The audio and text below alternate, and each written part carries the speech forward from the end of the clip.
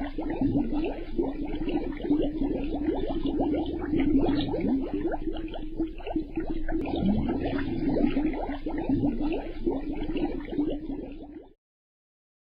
الله الرحمن الرحیم. الحمد لله رب العالمین و العاقبة للمتقین و الصلاة و السلام علی رسول الله محمد و علی آله و صحبه اجمعین. بینندگان عزیز و گرامی، سلام و رحمت و برکات الهی بر یکایک شما بزرگواران. برنامه شقایق رو تقدیم حضور شما بزرگواران میکنیم و در این برنامه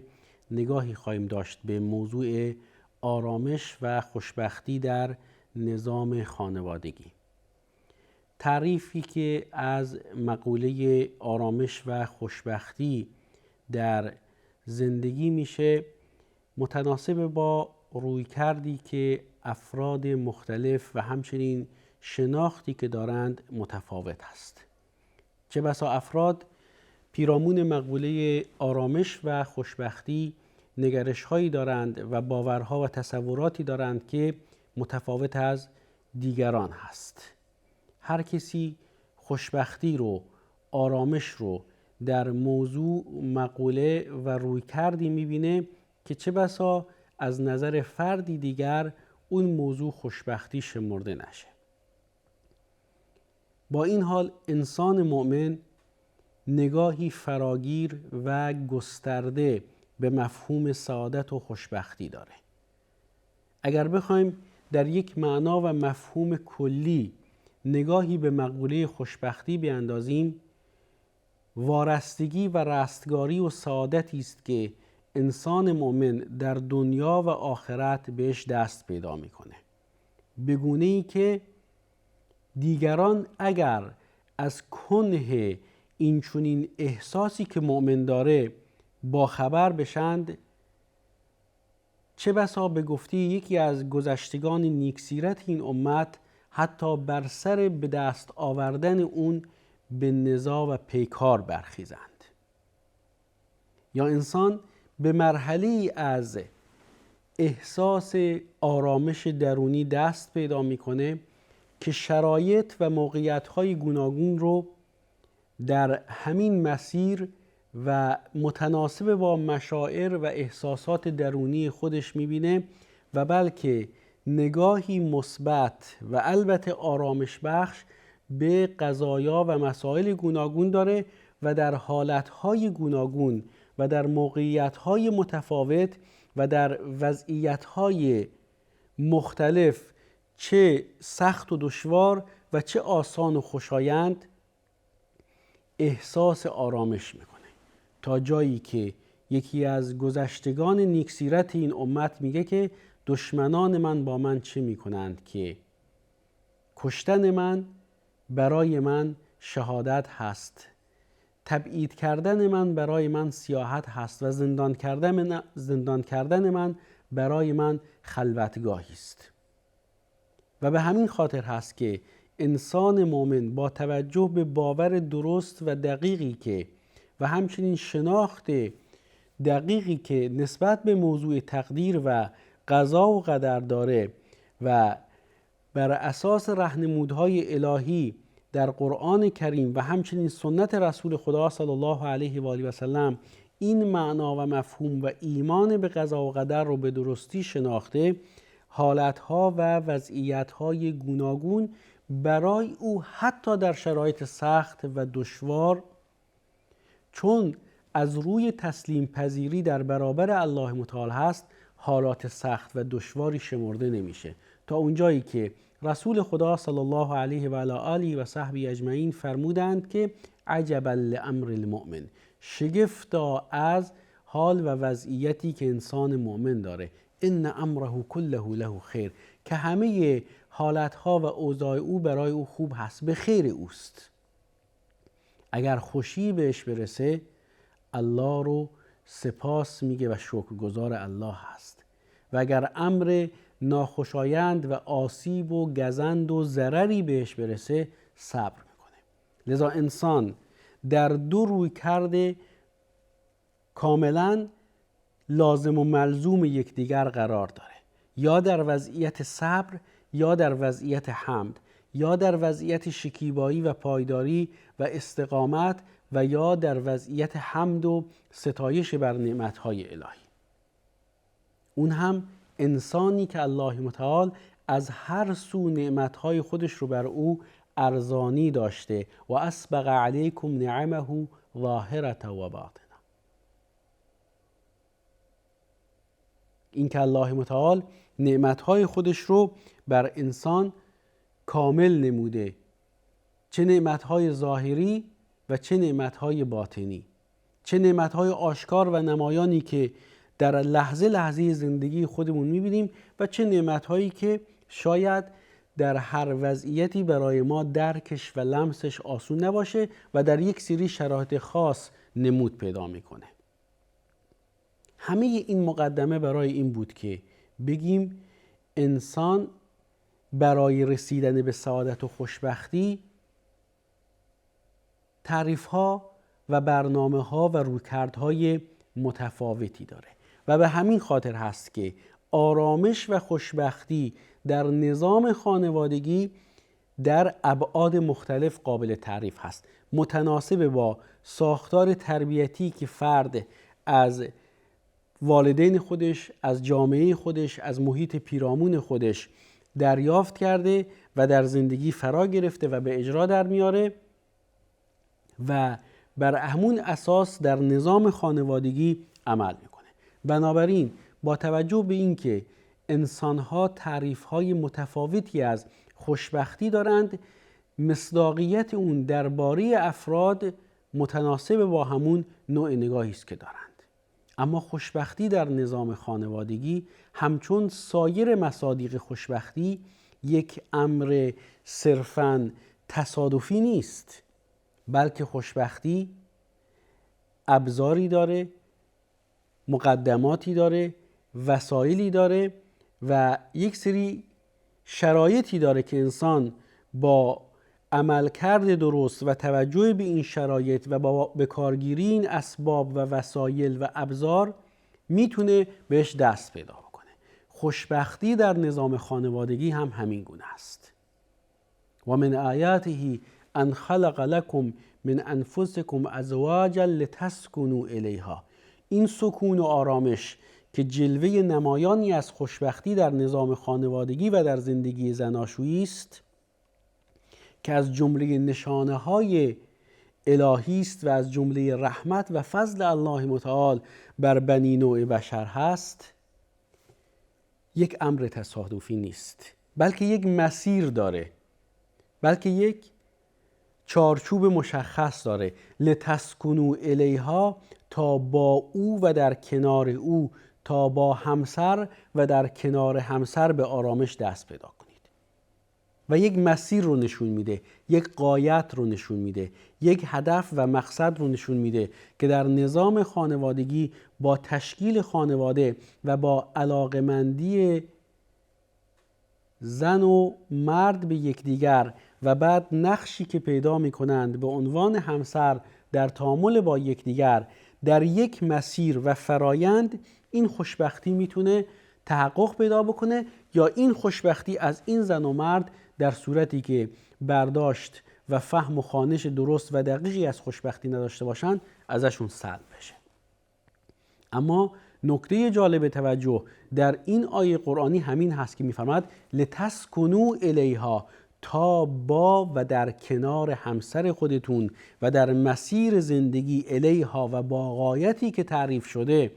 نه به صورت تصادفی بلکه با حرکت کردن در مسیر سعادت و خوشبختی و با عملکردی درست و مبتنی بر نگاه دقیق و شناخت محور به مسائل این چنینی از جمله خوشبختی، به خوشبختی و سعادت و آرامش دست پیدا بکنید.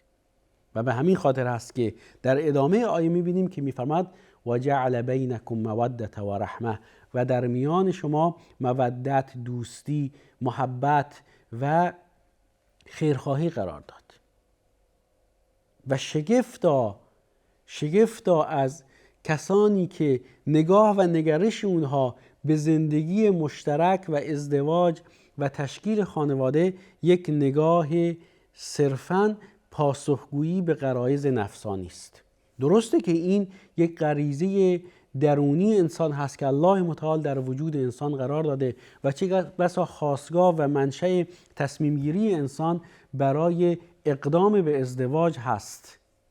اما در نگاه مؤمنی که فهمی درست و شناختی دقیق از مفهوم و مقوله خوشبختی و آرامش داره، حتی اگر در مسیر زندگی زناشویی خودش، اگر در چارچوب نظام خانوادگی خودش با چالش و شکست مواجه بشه، اونجا هم حد و حدود رو رعایت میکنه، از حد و حدود خارج نمیشه. و همین خاطر هم هست که ما این دستورالعمل و فرمان بزرگ الهی رو خطاب به مؤمنان میبینیم و میخونیم در قرآن کریم که حتی در شرایطی که زن و شوهری از یکدیگر جدا شدند، نباید اون خوبی هایی رو که با یکدیگر در مسیر زندگی تجربه کرده اند و خوبی هایی رو که دریافت کرده اند از طریق یا از سوی شریک زندگی خودشون، اون رو نادیده بگیرند و یا از یاد ببرند. ولا تنسوا الفضل بینکم. حتی در شرایطی که زن و شوهر به دلایل مختلف امکان ادامه زندگی مشترک با یکدیگر رو ندارند و نهایتاً زندگی زناشویی اونها به فروپاشی و طلاق و جدایی از یکدیگر منجر میشه. در اون شرایط هم حتی انسان مؤمن فضل و خوبی شریک گذشته زندگی خودش رو از یاد نمیبره و به یاد داره اون خوبی هایی رو که از او دیده، اون لحظات خوبی رو که با او داشته. بنابراین خوشبختی در نظام خانوادگی یک امر تصادفی نیست. لتسکنوا الیها مسیری رو نشون میده، چارچوبی رو نشون میده که این چارچوب و این مسیر و در پیش گرفتن این راه و پیمودن این مسیر انسان رو نهایتاً به مقصد میرسونه. و به همین خاطر هست که ما بهترین زندگی و خوشبخت‌ترین زندگی الگو و نمونه رسول خدا صلی الله علیه و آله و صحبه اجمعین رو در این زمینه میبینیم. خونی یا خونه‌های بسیار محقر، کوچک، عاری و خالی از امکانات رفاهی، اما درش نور خوشبختی و سعادت و رستگاری است. حتی در شرایطی که بنابر طبیعت بشری همسرانی از همسران رسول خدا صلی الله علیه و آله و سلم اونها رو هوای برخورداری از امکانات بیشتر زندگی برمیداره، باز به خودشون میان.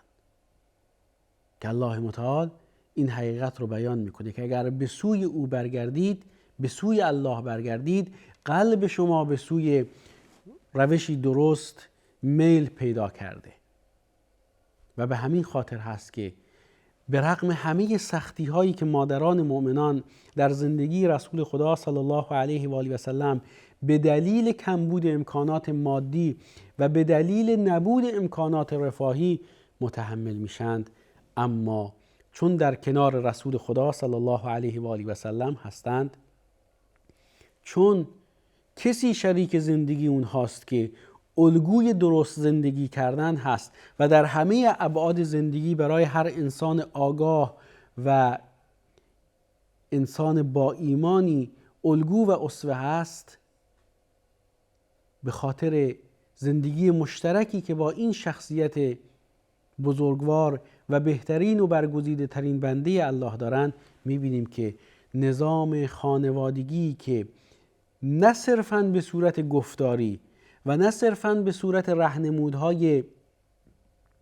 کلامی یا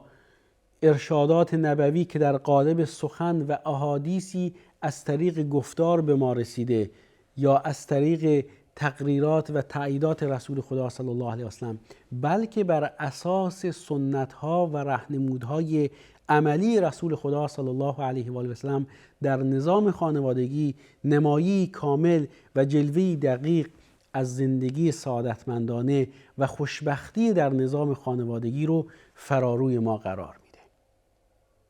زندگی رسول خدا صلی الله علیه و آله و سلم زندگی است که کافیه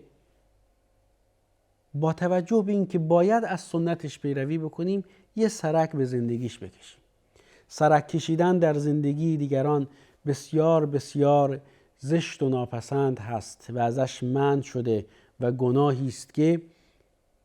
در آیات قرآنی و در احادیث نبوی بهش اشاره شده و بلکه بهش تصریح شده، جز سرک کشیدن در زندگی رسول خدا صلی الله علیه و آله و سلم. و به این خاطر هست که انسان مؤمن در زندگی رسول خدا صلی الله علیه و آله و سلم سرک میکشه. زندگی رسول خدا صلی الله علیه و آله و سلم رو مورد مطالعه قرار میده و در میابه که این زندگی الگو به گونه‌ای بود که با همه گرسنگی ها، با همه سختی ها مدت های مدیدی میگذره و به گفته مادر مؤمنان ام المؤمنین عایشه صدیقه رضی الله تعالی عنها در خانه رسول خدا صلی الله علیه و آله و سلم آتشی برای پختن غذا روشن نمیشه. اما این خونه منور به نور ایمان هست. خانه است روشن به روشنایی هدایت. خانه است آکنده از مهر و مهرورزی و سعادت و آرامشی که ارکان و اعضای اصلی تشکیل دهنده این نظام خانوادگی یعنی رسول خدا صلی الله علیه و آله و سلم و همسران بزرگوارش مادران مؤمنان نثار یکدیگر میکنند. این که زن و شوهر در خوشی‌ها کنار یکدیگر باشند، این که خانم در شرایط خوب و حداقل نرمال به همسرش به شوهرش بگه که دوستت دارم و ابراز خرسندی بکنه از این که با او و در کنار اوست، یک امر عادی است. و برعکس همچنین آقا این که در شرایط نرمال و عادی ابراز علاقمندی و محبت به همسر و شریک زندگی خودش بکنه یک امر عادی است. اما در سختی ها، در شرایطی که طوفان‌های سهمگین دریای پرتلاطم و متلاطم زندگی کشتی خانوادگی رو به شدت تکان میدند، اونجاست که همراهی زن و شوهر با یکدیگر ارزش و اهمیت خاص خودش رو پیدا میکنه. و از این روست که اگر میخوایم نعمتهای الهی رو سپاسگزار باشیم و به سعادت و آرامش در نظام خانوادگی دست پیدا کنیم، باید دست در دست یکدیگر در شرایط مختلف زندگی با هم باشیم و در این زمینه از زندگی رسول خدا صلی الله علیه و آله و سلم الگو برداری کنیم. توفیق از سوی الله متعال است. ممنونم که تا پایان برنامه با ما همراه بودید. الله نگهدارتون.